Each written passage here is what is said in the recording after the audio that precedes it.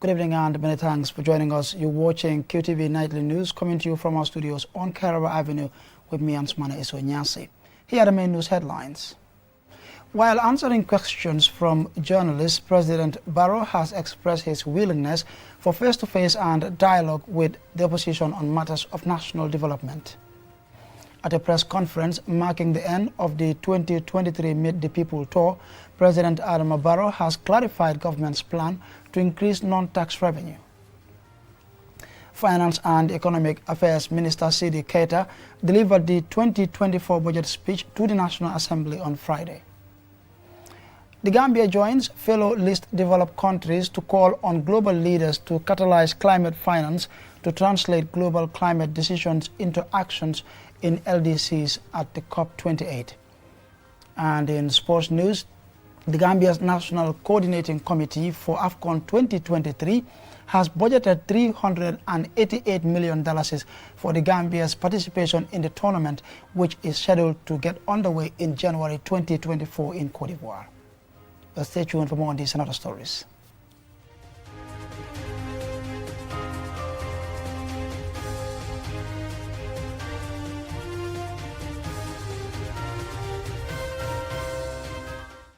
And we now take a look at the news in detail. Now, while answering questions from journalists, President Barrow has expressed his willingness for face-to-face and dialogue with the opposition on matters of national development. Meanwhile, the president has also talked about a water project that is set to cover approximately hundreds of thousands of communities in the country. Momo Lamincho reports. The Meet the People tour featured dialogue for peace, unity and development for the country. Leading that call at several meetings was President Adama Barrow. At this press conference, I followed up on this subject with this question and get this reply from the head of state. During the tour, you've called on Gambians on both sides of the political divide to join you in the best interest of national development. Do you consider inviting the opposition, sitting down with them face to face on a national dialogue for the development of this country? I am very serious about this call. I think I am more than willing to sit down with the opposition and discuss about the development of this country. Because I believe that this country belongs to all of us. Whether you are opposition or you are ruling party, basically the most important thing is we are all Gambians. And if we are Gambians, we are all working towards the development of this country.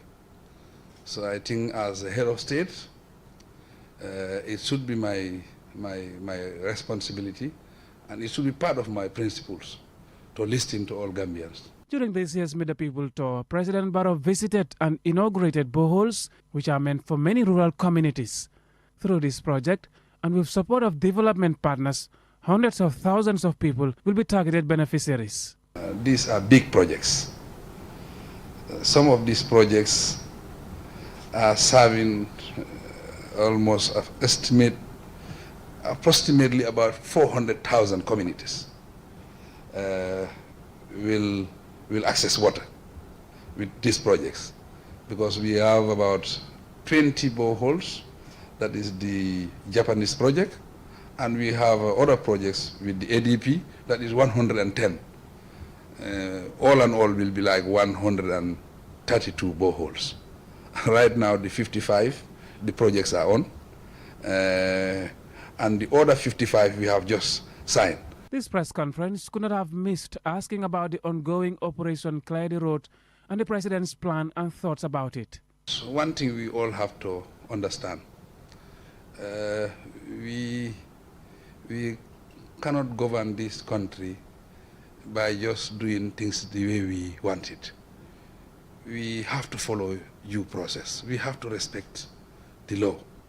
This is what everybody should understand. It is part of government responsibility to make sure we build markets or create environment for business. And government is doing that. But I can tell you some of these women who are maybe sitting on the road doing business, they have available space in some of these markets. If you go inside the markets are empty. If the women are positive and ready to work with government, we will give them professional advice, and we will make sure we provide a place for them to do business. As part of that efforts to provide market space for businesses, the president announces that he will be discussing with his officials and plans to visit the Brusubi market, which was built and is not in use, to get the market up and running. Mahmoud Lamin Choi, QTV News. Well, meanwhile, we still stay with my colleague Mahmoud Lamin Choi as he reports again that at the same press conference marking the end of the 2023 Meet the People tour, President Adama Barrow has clarified government's plan to increase non-tax revenue. The president argues that government's budget deficit and the need for the country to raise more money to free itself from relying on foreign aid to bring quality development for the population are reasons for the decision. President Adama Barrow ends his tour of the country with a press conference at the State House. The head of state tacked several questions relating to people's concern and his pronouncements at meetings across the country. One of these concerns is the president's statement about his government's plan to increase non-tax revenue. Non-tax revenue is the income government collects from sources other than through taxes. For example, service fees for passports, ID cards, motor vehicle number plate, and many other services. These are not taxes that you pay every day. Marriage certificate. These are the taxes where you go to the court, pay for summons, where you say pay for summons 500, we say pay 1,000. These are the taxes we are talking about. These are not taxes that you pay all the time, because maybe you might go to court once in your life, or you might not even go to court. Every year, as government's budget expands, there are usually deficits running into billions of dollars. Without many sources of income in our economy, this usually results in government relying on budget support from organizations like the IMF, the European Union, and other partners. President Barrow sees such a dependency as unsustainable for financing the Gambia's development goals. But generally what we collect, the assessment is 5 billion. If our partners are giving us 3 billion, and we increase this, we collect 10 billion, we might not need our partners. And you think this partnership will continue forever? This year, since January, we are expecting budget support. Up to now, we haven't received the budget support. Without our taxes, do you think the country will continue to move on?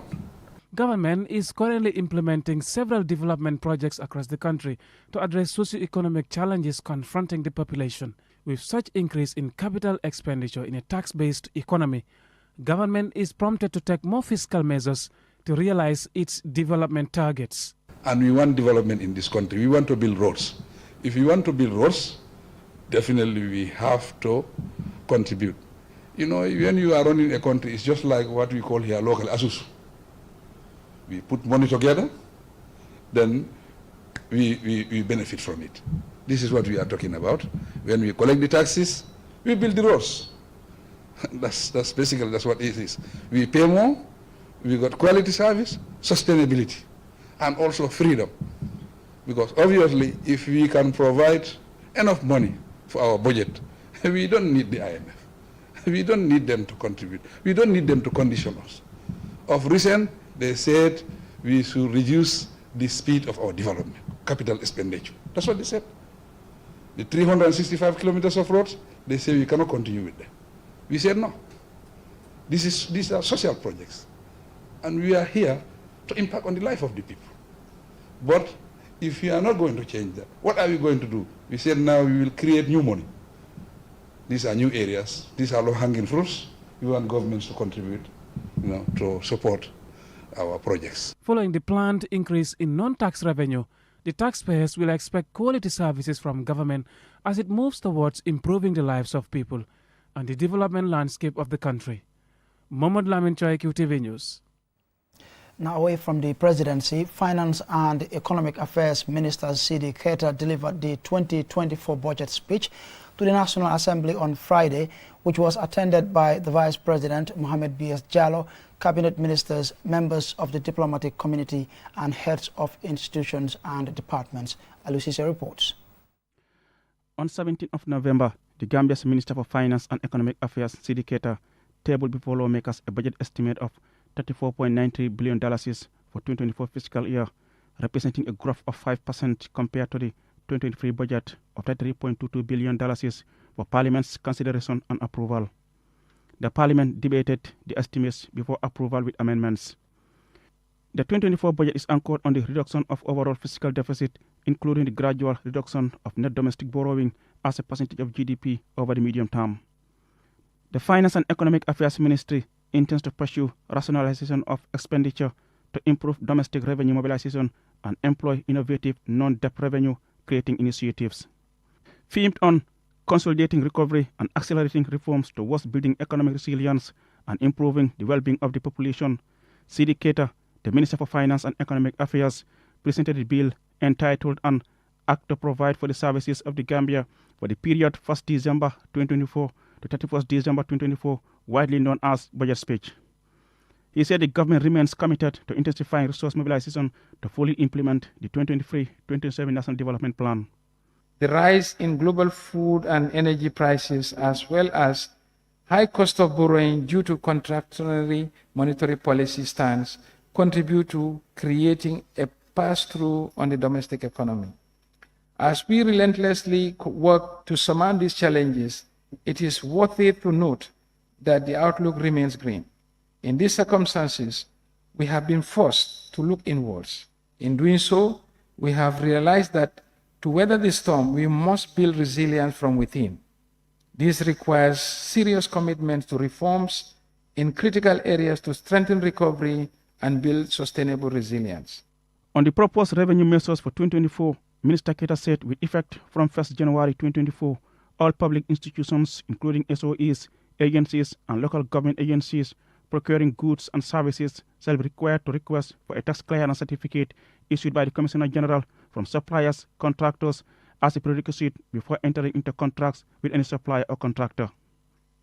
Going forward, all concession contracts and agreements that may be considered for tax exemption shall conform to Section 149, subsection 3 of the 1997 Constitution and Section 33 of the Income and Value Added Tax Act 2022.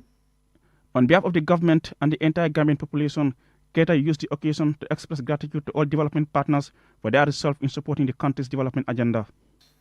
I would like to take this opportunity to thank His Excellency President Adama Barrow for his support and leadership stance in these reforms. I also thank my colleague cabinet ministers and the team of hardworking staff at the Ministry of Finance and Economic Affairs. I'm equally thankful to this August Assembly and the staff of the National Assembly under the leadership of the Speaker and the Clerk for working tirelessly to approve the 2024 budget. The Parliament will resume sittings on Monday, 11th of December, to debate the Minister's budget speech before it is passed, allowing government to implement the budget. Reporting for QTV News, I am Aliou Cisse. That report there by Aliou Cisse will lead us to the commercial break, but when we return, the news continues.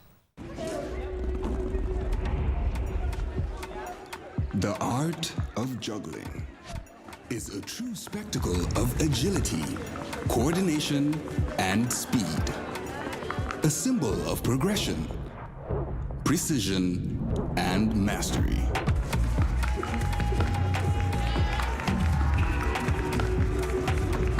.5G speed is like having the juggler in your pocket.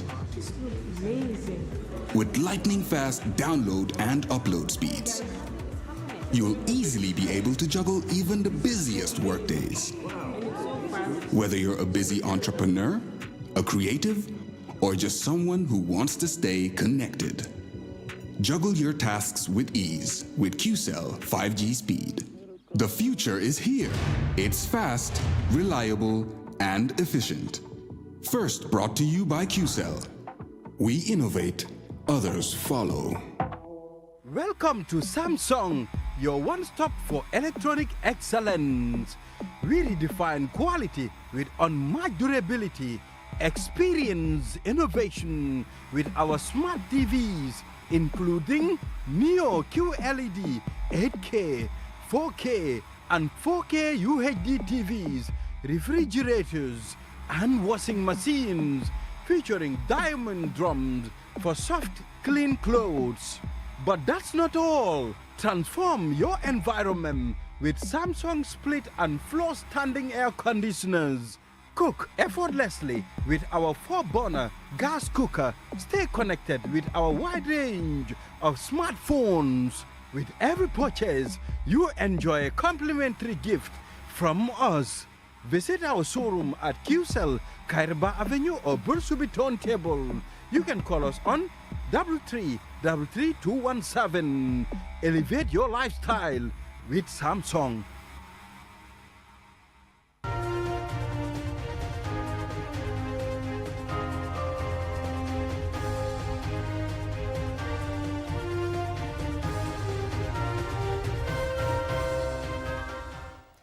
Thanks for staying with us, and if you're just joining us, be reminded you're watching QTV News, coming to you from our studios on Kairaba Avenue with me, Ansumana Isonyasi. Now, the Gambia joins fellow least developed countries to call on global leaders to catalyze climate finance to translate global climate decisions into actions in LDCs at the COP28. Jennifer Sonko has more details from UAE Dubai. The least developed countries, LDCs, are a group of 46 nations that are vulnerable to the impacts of climate change and lack resources and capacity. LDCs are mainly pushing to bridge the wide financing gaps on adaptation, damage and loss, mitigation and just transitions, alongside the resources required for strengthening the capacity of LDCs. Rohi John Manjang, the Gambia's Minister of Environment and Climate Change, calls for a clearer definition of climate finance. You are indebted the poor nations whose carbon footprint is very low. So we say no, let's change and define it, because we are having some of them coming in the form of grants, some of them coming in the form of loans, because it's not defined. But if you define it specifically, you will know that this money that is accessing or that we are looking for, or that we are requesting, is all climate finance and it is all grant. So it needs to be very, very clear. The definition should be very clear, and that's what Gambia's position is, to make sure that let us have a climate finance funding that is clearly defined, so that we can understand and remove the ambiguity of what is climate finance and what is not finance. Less developed countries are severely affected by an increasing debt burden from climate finance resulting from climate crisis. They are therefore calling for increased grants in the form of climate finance to support innovative climate solutions. There are already $600 million worth of pledges towards the Loss and Damage Fund. Aissatou Camara is the Gambia's lead negotiator on climate finance. We were really happy that during the first day of the COP, we were able to adopt the Loss and Damage Fund and pledges came in. So that was a really good signal for success of this COP. Now what we need to fight for is really to ensure that within this 1 year, whereby we'll be establishing a board for the fund, who will be working on operationalizing the Loss and Damage Fund. It will be very critical that we ensure this work is done as quickly as possible for us to ensure that by the end of next year, we are able to deliver funds to our people. Now, how united and sustainable is the least developed countries group on negotiating for their needs? Minister Manjang explains. Very united and very sustainable. We have our ministerial meetings before even coming to COP to agree on common ground. That tells you that we are already on top of things. That's why if you look at now, negotiations and discussions with COP is more organized, rather than each country going to battle your own field and then your own issues separately. Developed countries are yet to deliver on their decade-old promise to provide least developed countries with $100 billion of climate financing. Now, least developed countries are forming their united front through their LDC group and are working on forming a secretariat with funding from UNIDO to fully operationalize their work to push for the things that matters to them in common. Reporting for QTV News from UAE Dubai, I am Jennifer Sonko. Now, at the African Union Peace and the Security Council high-level ministerial and open session in Banjul, the speakers of the children's parliaments in Gambia and Borno State in Nigeria have implored Africa's leaders to take decisive action to end all forms of violence against children, especially those in conflict zones. Julian Jai tells us more. The AU has made significant strides in terms of policies and protocols on the promotion and protection of the rights and welfare of children in conflict zones. In addition, the AU has taken steps to ensure that child protection is integrated into all AU-sanctioned peace support operations.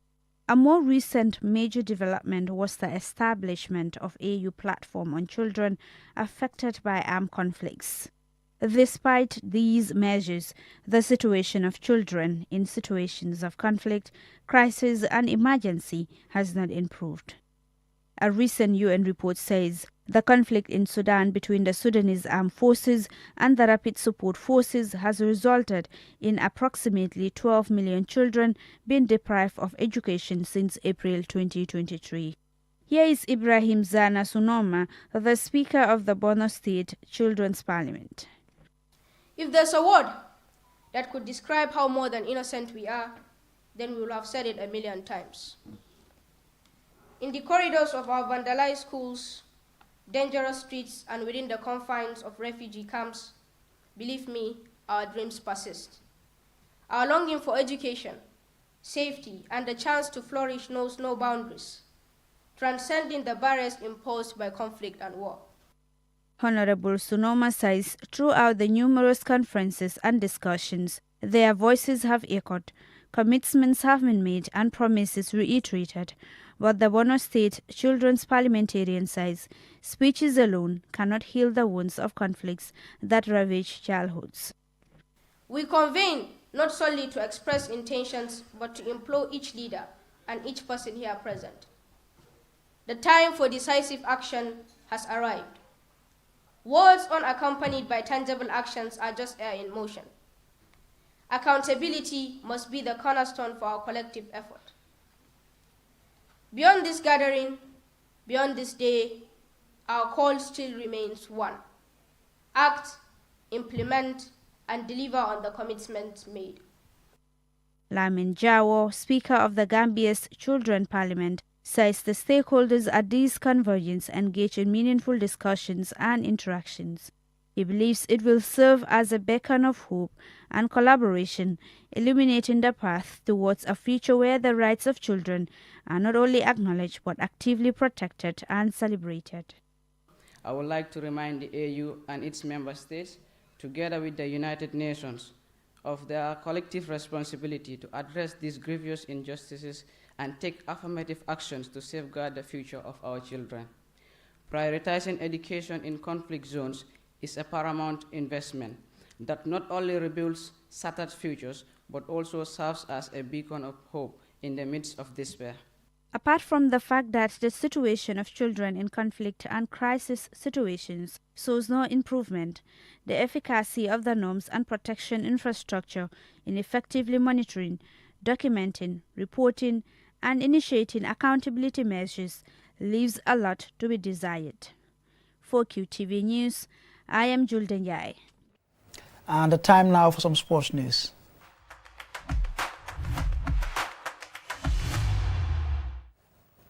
Now, the Gambia's National Coordinating Committee for AFCON 2023 has budgeted $388 million for the Gambia's participation in the tournament, which is scheduled to get underway in January 2024 in Cote d'Ivoire. Mamoudou Gajaga attended the NCC press conference, and this is his report. The Gambia national team, the Scorpions, are preparing to compete in their second consecutive Africa Cup of Nations AFCON tournament in January, which will be held in Cote d'Ivoire. A budget of $388 million has been set aside for the entire tournament, from the group stage to the final. Musa Sise, head of the National Coordinating Committee's Media and Publicity Committee, provided an update. So here today, this is what's on the table. The Ministry, the Finance, the Minister of Finance, the Minister of Youth and Sports, the Gambia Football Federation sat together to work out this budget, and it is acceptable. What happened last time in Cameroon was that it's unfortunate.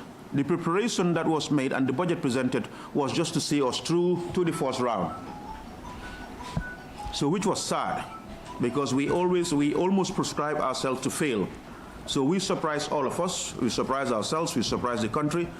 Hence the reason why the finance ministry had to run back and forth trying to get money, because it was never budgeted for. This time around, the NCC and the Federation decided, you know what, we need to budget all the way. The National Coordinating Committee is asking for public and private sector support to implement this budget because, as according to them, the government cannot do it alone. A caravan tour, a fundraising dinner, and other revenue-generating methods will be used to raise the necessary funds. Corporate entities are also encouraged to contribute to this national effort. There is also an offer of returns if the company invests up to $10 million. The letters has been sent to all major businesses in the country, asking them to come forward and be part of a success story. Remember, it is about Gambia, not about me or Kaba or anybody. It's about all of us.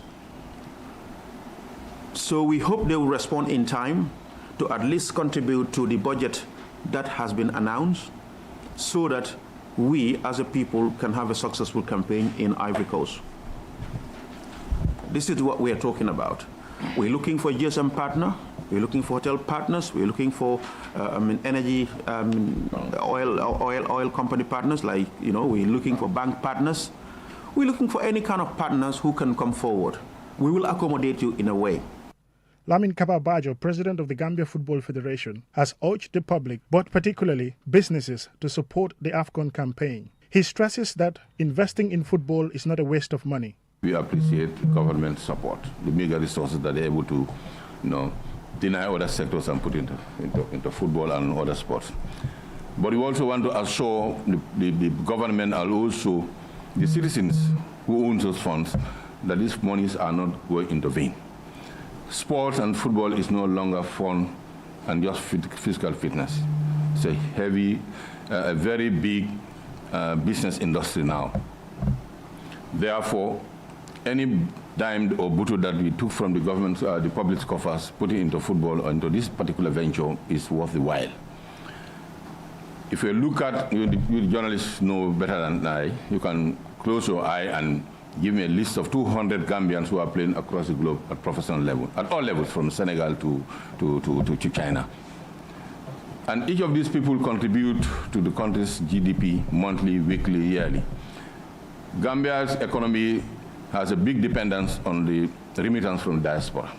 On December 27th, the national team will travel to Saudi Arabia for a training camp before heading to Morocco for the final phase of the camp. According to the National Coordinating Committee, there are also plans to charter a plane on which the team will travel to ensure a successful AFCON campaign.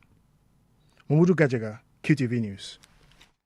And I'm afraid this is where we will draw the curtains on this bulletin, but do join us tomorrow, same time for more news. Until then, on behalf of the entire production team, thanks for watching.